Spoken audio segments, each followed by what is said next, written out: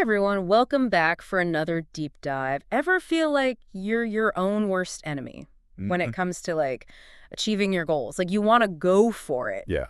but something holds you back. It's such a struggle. Yeah. So many of us face that disconnect Totally. between what we want and like what we actually do. Exactly. And that is what we are exploring in this deep dive Yes. with some awesome Yeah. insights from mindset expert Rob Dial. I love Rob Dial. Oh, he's so good. And this interview he had on the Jay Shetty podcast, let me tell you. Oh, great episode. He breaks down like fear and motivation and finding your why in a way that Yeah, he's really good at making those concepts. I know, super practical. Yeah. Yeah. So good. So good. And actionable. Totally. And, one of the things that stood out to me, and I know we talked about this a little bit before we started rolling, was this idea of intellectual fears. Yes. And I found that so interesting. So tell me more about these intellectual fears. Yeah. So intellectual fears, they're not like, the fear of a bear chasing you through the woods. Right. Yeah. Primal fears. Right. Primal fear. Exactly. Yeah.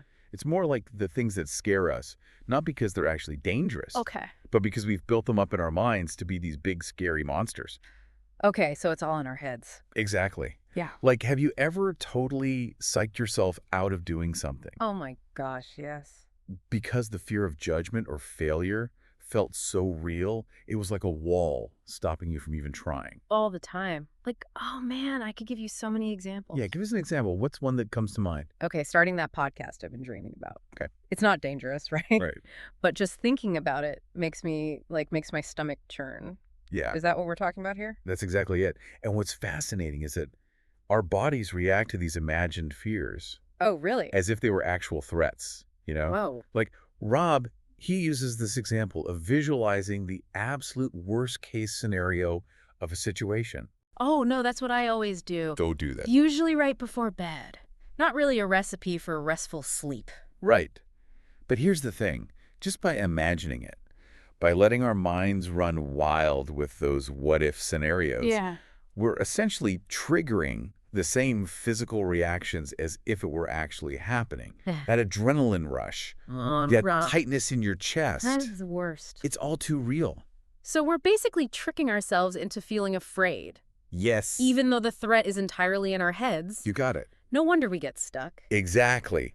Exactly. And our brains haven't quite caught up to the fact that... Yeah, we're not running from saber-toothed tigers anymore. Exactly. We're not living in caves anymore. No. We're good. We're safe for the most part. So how do we break free? I mean, do we just tell ourselves to stop thinking about it? Because that never seems to work. That's the thing, right? Like, you can't just tell your brain to shut off. It doesn't really work that way. Never has for me. It's like trying to stop the waves from crashing on the shore, Yeah, it just keeps coming. So, Rob, he suggests we get a little sneaky with our brains. Okay, I like this. Yeah. Yeah. He says if we're going to spend all this mental energy imagining the negative, Yeah. why not harness that same intensity, that same energy, and visualize the best possible outcome? I like where you're going with this. Right. Like, really immerse yourself in it. Oh, okay. Feel the feeling of success. Oh, wow. The joy of achievement. Don't just think about it. Feel it. So instead of fixating on, the fear of putting myself out there with that podcast, Right. I should be picturing how awesome it's going to feel when it finally launches. Yes. And I'm connecting with listeners. Yes. Think about those positive emotions tied to your goal. The excitement, the pride, the accomplishment. Yeah. By focusing on those feelings, you create this positive feedback loop. Oh, I like that. Your brain starts associating your goal with pleasure, which makes it way easier to overcome that initial fear. It's like training your brain to crave the good stuff. Yeah. It's like, oh, this is exciting. This is good. Instead of being afraid of it. Exactly. That's a powerful shift. It is. And, this reminds me of, we talk about fear, but what about those pesky negative thoughts? Oh, tell me about it. That we tend to replay in our heads. Yes. That constant loop of, I'm not good enough, or what if I fail? No. Those ones. Yeah, like a broken record in your mind. Yes. Playing those same tracks over and over again. Oh, the worst. So they can be brutal. And often they operate on the subconscious level. Oh, totally. They're undermining our efforts without us even realizing it. It's like they're running the show. Yeah. And we're just kind of along for the ride. We're not in the driver's seat. And you know what, Jay Shetty, he asks this really pointed question in this podcast. It's like, what's your I love that question. most repeated thought? Yeah. It really makes you stop and think. It does. It makes you pay attention to that soundtrack. Yeah. That's playing in your head right now. Yeah, and I don't think I like my soundtrack right now. Right. Well, that's the thing. For a lot of us, those dominant thoughts, they tend to be negative, shaped by like, past experiences or insecurities. But Rob, he offers this this really helpful analogy of watching cars go by on the road. Okay, so how does that help? How does watching cars help me like quiet these negative thoughts? It's about realizing we don't have to engage with every single thought that pops into our heads, Those thoughts, those doubts, those fears, they're like cars passing by. Okay. We can notice them without feeling the need to, like, chase after them. Oh, okay. Get caught up in their story. Okay. Or let them determine our direction. Oh, I like that visual. Yeah. So instead of getting, like, swept away in the thought of, I'm not cut out for this, it's more like, oh, there's that thought again. Exactly. Acknowledge it. Just gonna let it keep driving. Let it go on by. Yeah. Exactly. Yeah, it's not about forcing our minds to be completely silent. Yeah. Which is impossible. Which is impossible. It's more about choosing which thoughts we're going to give our attention to. Yes. And you know what this whole conversation just makes me think about? What's that? Procrastination. Huh? We've all been there. It's like, you should be doing something, but you can't seem to get started. Ugh. Procrastination, it's like the ultimate productivity killer. Oh, it's the worst. But what's interesting is that a lot of times it's not really about laziness. Real. Rob argues that it often stems from a lack of a strong enough why. Oh, okay. I'm intrigued. Tell me more. Okay, so he illustrates this with an example. You ready for this? Oh, yeah. Give me an analogy. I love a good analogy. Okay, so imagine someone asks, what are the chances of you making $1 million this year? Okay. Most people would probably be like, slim to none. Yeah. But then imagine they ask, what if your loved one's life depended on it? Would you figure out a way? Okay, that's a game changer. Right. Like, of course you would move mountains if it meant, like, saving the people you love. Right. Yeah, talk about motivation. Right. So it's like when the why becomes strong enough, when it's fueled by something deeper than just a want or a desire. Oh, okay. Suddenly obstacles seem smaller. Okay. And we're willing to push harder. Okay. Motivation can be fleeting, but a powerful why, that's what fuels us through the tough times. Okay, so how do we tap into that? Yeah. Especially when it comes to things that maybe don't feel, life or death on the surface. Right. Like starting a podcast might be important to me, but it's not exactly, saving the world. Right, and that's where things can get a little tricky. Okay. We sometimes struggle to connect with a powerful why because we're not looking deep enough. Whoa, okay. So Rob, he actually suggests this exercise. What is it? Of asking why 7 times. 7 times. 7. Okay, so it's like if you don't come up with a good enough answer, Keep digging. just keep asking. Keep asking why, exactly. Yeah. He gives this example as a coaching client who wanted to make like $100,000 in a year. Okay. And at first, it seemed like a purely financial goal, right? Right. Like, who doesn't want to make more money? Totally. But as they kept asking why, they uncovered this deeper motivation. What was it? It turned out the client had gone through a really difficult divorce and felt like he hadn't been able to provide a sense of safety and security for his children. Wow. And that $100,000 represented his ability to create a more stable and loving environment for them. That went from 0 to 60 really fast. It did, right? But Right. see, that's the thing. Yeah. It's about getting to the core of what truly matters. Okay. To us, understanding the values, the beliefs, the emotions Yeah. that drive our actions. So what if like even after the 7th why, you're still left with an answer that's just like Right. I don't know, not that deep. Yeah, and Rob actually addresses that. Okay. He acknowledges that not everyone has some grand purpose driving them. Yeah. And that's okay. Okay. You don't have to be out there saving the world to live a meaningful life. So it's more about just being honest with yourself about what you're working towards. Absolutely. Yeah. And sometimes it's about exploring different aspects of ourselves and discovering what brings us joy and fulfillment. Yeah. He talks about how he achieved significant financial success at a young age, Okay. thinking that that was going to be the key to happiness. Yeah, I think a lot of people think that. Right. A lot of people think that, but guess what? It didn't quite work out that way. It didn't. No. He realized that while money, yes, can make life easier, Yeah. it couldn't fill that deeper void that he was feeling. Right. So that's when he started exploring his spiritual side, Okay. recognizing that true peace comes from within, not from these external achievements. That makes me think about all those people who, on the outside. Yeah, they seem like they have it all. They have it all. Right. The fancy cars, the big houses. Oh, they're miserable. Yeah, and they're just completely empty inside. Yeah, it's like a gilded cage, right? Totally. So, okay, if true fulfillment, comes from within, yeah, how do we even begin to tap into that? It's not like there's an instruction manual for this stuff. Right. And it's funny because, we live in this world that's all about achievement and productivity and hustle, hustle, hustle. But Rob, he actually talks about the power of silence. Okay.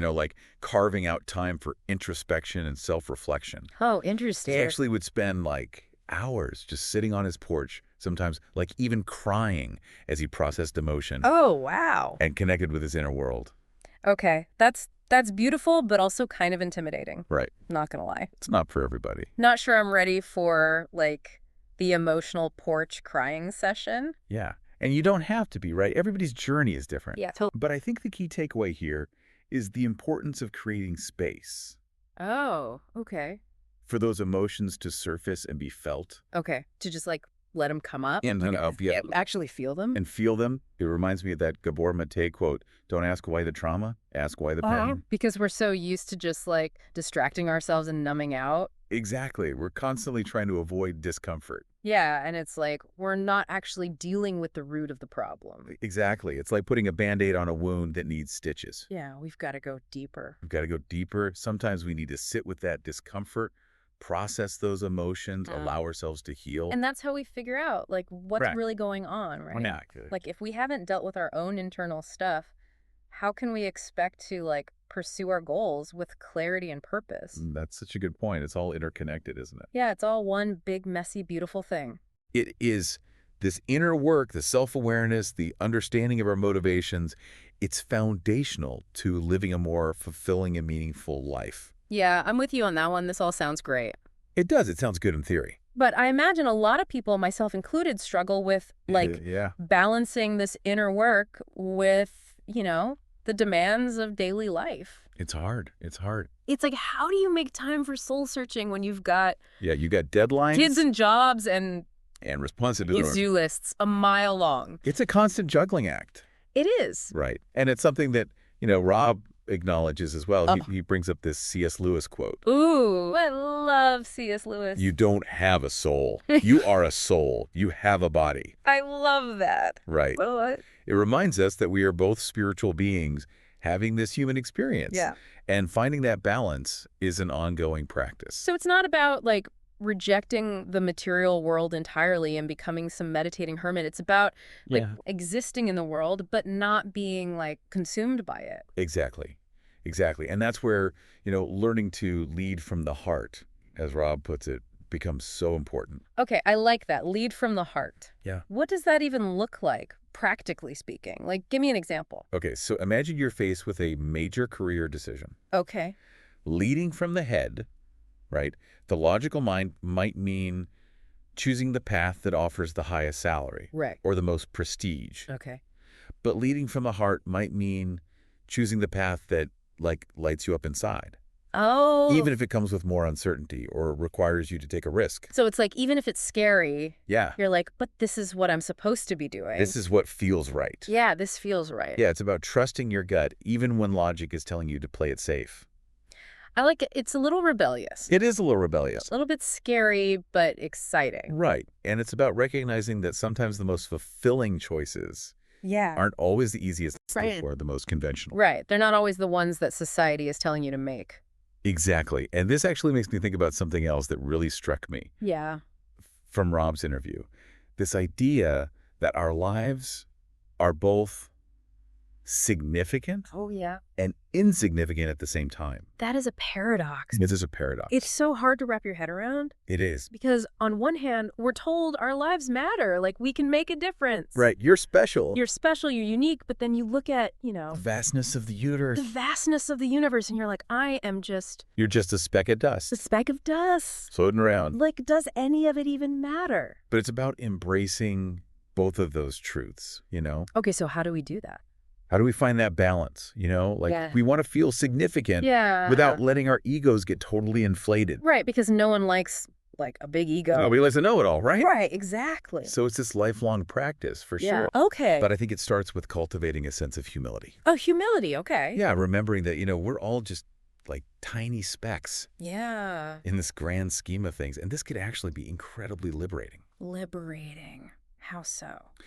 Well, when we let go of the need to be the center of attention, Yeah, okay. to have all the answers, to leave this big grand legacy, Yeah. it frees us up to simply enjoy the ride. Just enjoy it. Enjoy it, appreciate the beauty in the ordinary moments. Ooh, I like that. Connect with others on a deeper level. So it's not about the destination, it's about the journey. The journey. Exactly. And being present for it. Yes.